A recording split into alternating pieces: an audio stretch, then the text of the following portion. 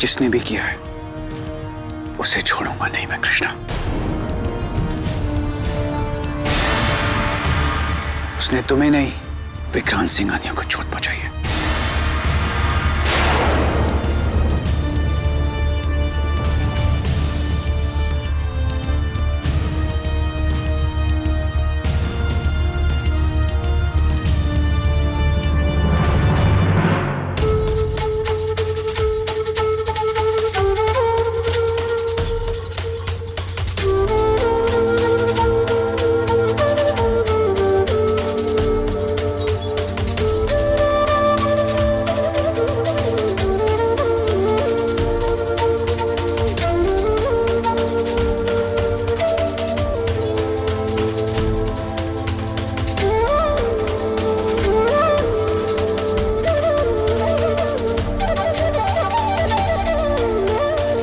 वर वधू वरमाला के लिए खड़े हो जाइए।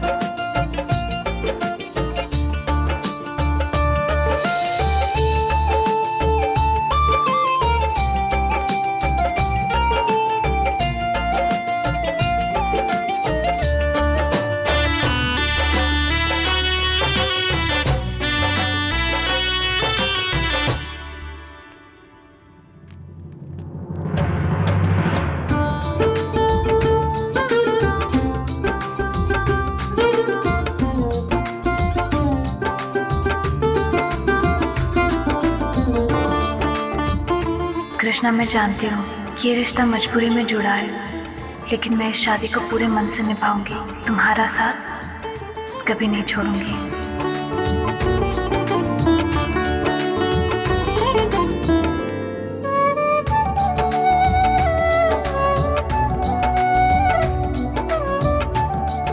भले ही ये शादी मेरे लिए एक जरिया हो मेरे दुश्मन तक पहुंचने का, मगर मेरे बदले की आग की आंच कभी तुम पर आने नहीं दूंगा काफिला।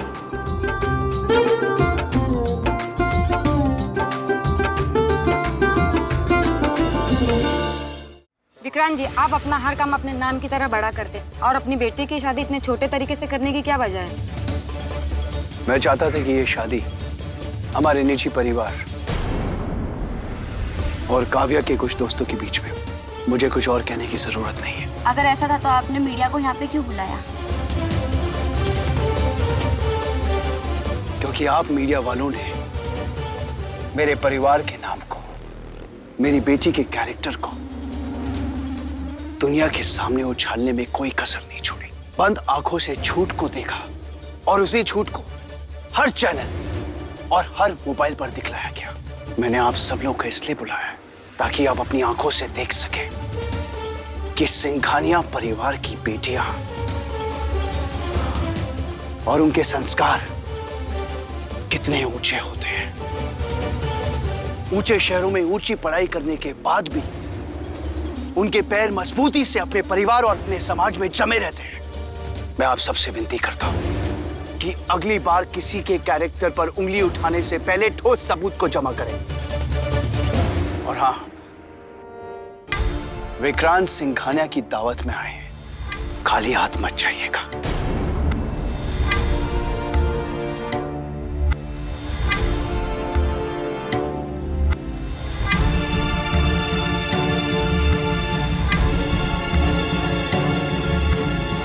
सही कहा मेरे डैड ने, किसी और के कैरेक्टर पर उंगली उठाना या उसको नीचा गिराना खुद को नीचे गिराने से कम नहीं है।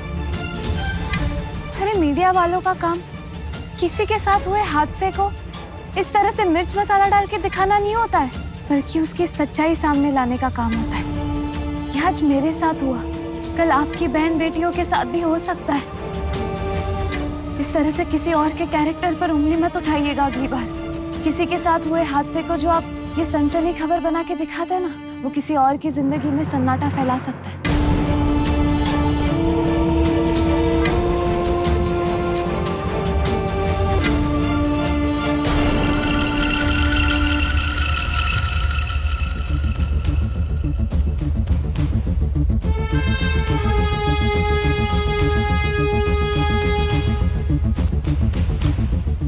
क्या बोलना चाहते थे, बोलो। कृष्णा। कृष्णा? ये बाबा कृष्णा का नाम क्यों लेते हो तुम? क्योंकि अब वो आपका नाम मिटाने वाला है भाई साहब। जो कहना चाहते हो साफ साफ कहो, बोलो।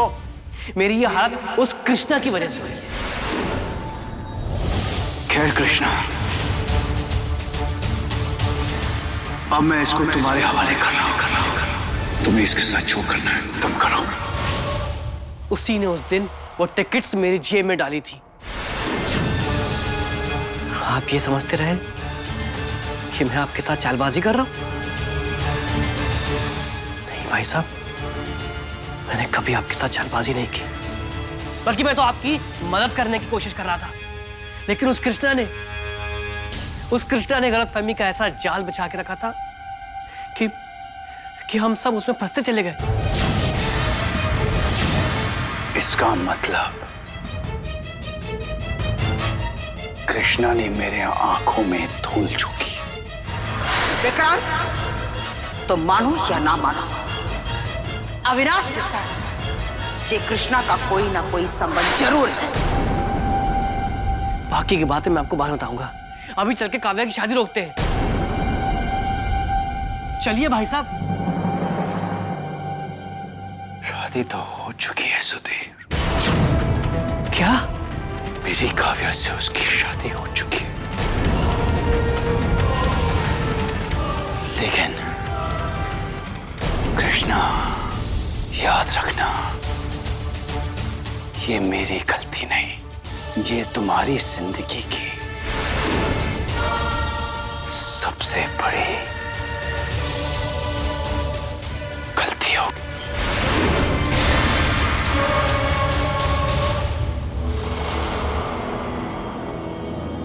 चलो सुधीर।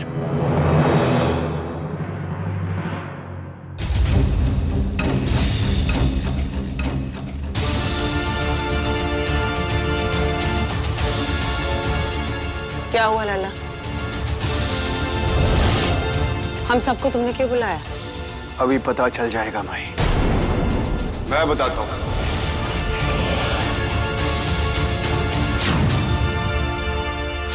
जो बात माई को नहीं पता, वो बात मुझे पता है कि आप सब लोगों को यहाँ क्यों बुलाया गया।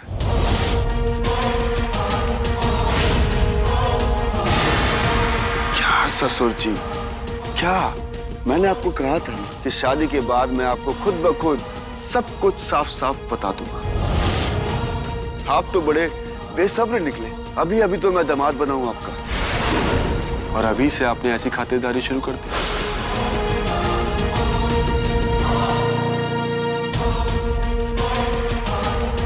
तो ये है आपका नया बॉडीगार्ड।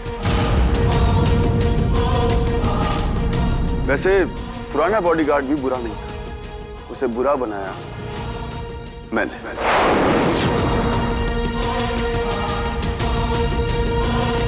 आपकी नजरों में याद होगा ना आपको कि आपने उसे कैसे निकाला था? मालिक, भगवान की सौगंध। सुधीर। तार। जानते हैं क्यों? क्योंकि मैंने आपका भरोसा जीतने के लिए बहुत मेहनत की थी। उसकी जेब में वो फोन मैंने डाला था।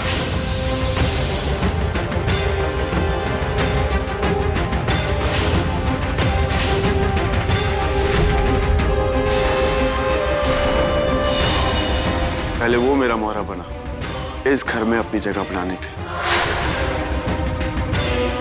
और मेरा दूसरा मोहरा सुधीर जी।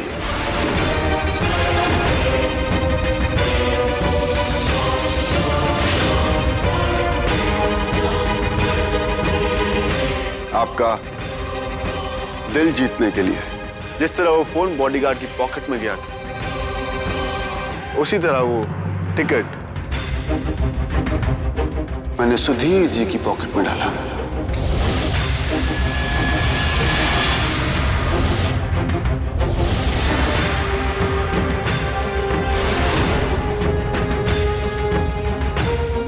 देखा विक्रांत, मैंने पहले ही कहा था, देख कैसे गिरगिट की तरह अपना रंग बदल रहा है। मैंने पहले तुमसे कहा था कि ये लड़का सही नहीं है। बिल्कुल सही कहा माई आपने, बिल्कुल सही कहा। ये कृष्णा आप जैसे गलत लोगों के लिए बिल्कुल सही नहीं है।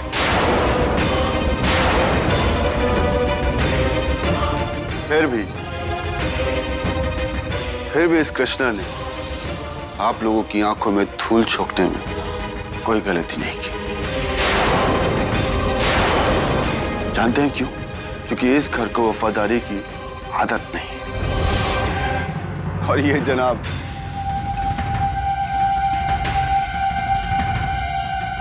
शादी की इन्होंने इस घर की बेटी से, लेकिन नजर इस घर की बहू पर थी, यानी आपकी धर्मपत्नी समायरा पर। रोज फोन पे उनकी फोटो देखते थे। क्या करें, पुराना इश्क जो ठहरा, यह है इनकी वफादारी। वैसे आपको क्या लगता है, ये जो मारने का प्लान था वो मेरा था? ना ना, वो आपके प्रिय भाई साहब विक्रांत सिंघानिया जी का था। इन्होंने वो पूरा प्लान बनाया था। ये थी इनकी वफादारी। और आपको क्या लगता है कि आपकी धर्मपत्नी यानी समायरा जी आपसे बहुत प्यार करती है? जिस दुल्हन के पीछे आप उस दिन गए थे ना, वो कोई और नहीं, वो खुद समायरा मालकिन थी।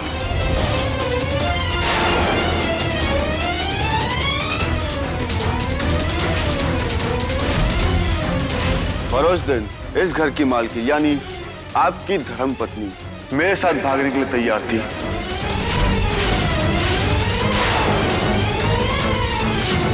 यानी आपके बॉडीगार्ड कृष्णा के साथ। क्या करते, इन्हें मुझसे प्यार हो गया था। और एक बार नहीं, कई बार इस मामूली से बॉडीगार्ड यानी कृष्णा के साथ भागने के लिए तैयार थे।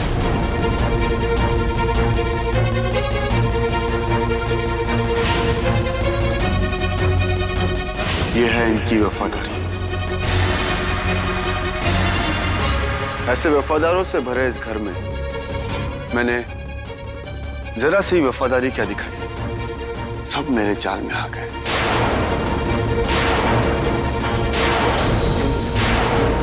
और सबसे ज्यादा मजा मुझे पता कब आया?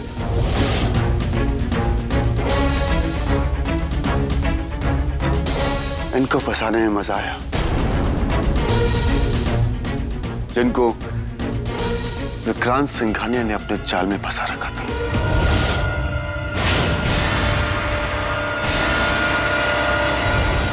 पर ये मैडम भी क्या करती? सच तो यह है कि इन्हें आज तक किसी इंसान से प्यार हुआ ही नहीं, सिवाय दौलत के।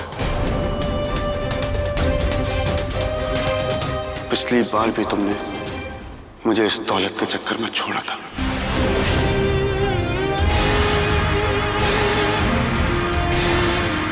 मुझे यानी अविनाश को।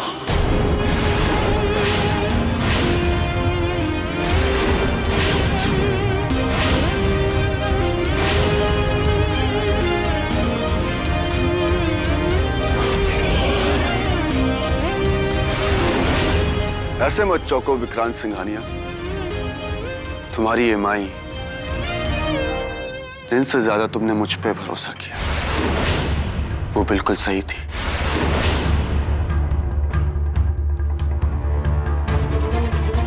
मैं ही वो अविनाश हूं जिसे तुमने बार बार मारने की कोशिश की, जिसे तुमने अपने सामने बार बार पाया। मैं ही वो कृष्ण हूं जो तुम्हारा काल बनकर खड़ा है। काल तो मैं तेरा बनूंगा। हर बार की तरह इस बार भी तुझे मार दूंगा, और इस बार शुद्ध विधि विहान के साथ तेरी विदाई करूंगा।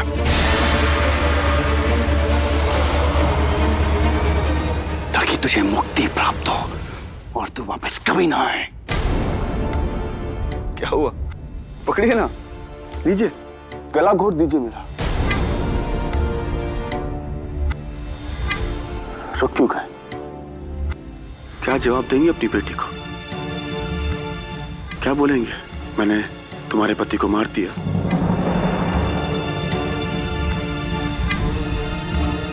क्या करेगी वो ये सोच के? नफरत अपने सुपर डैड से।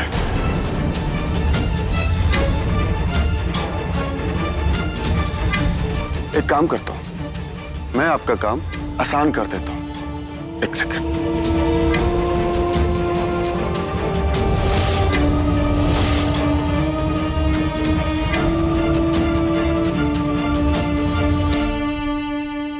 काव्या, यहां आओ ना, नीचे हॉल में।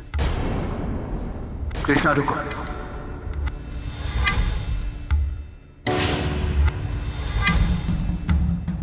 विक्रांत सिंघानिया, आप तो काफी समझदार निकले।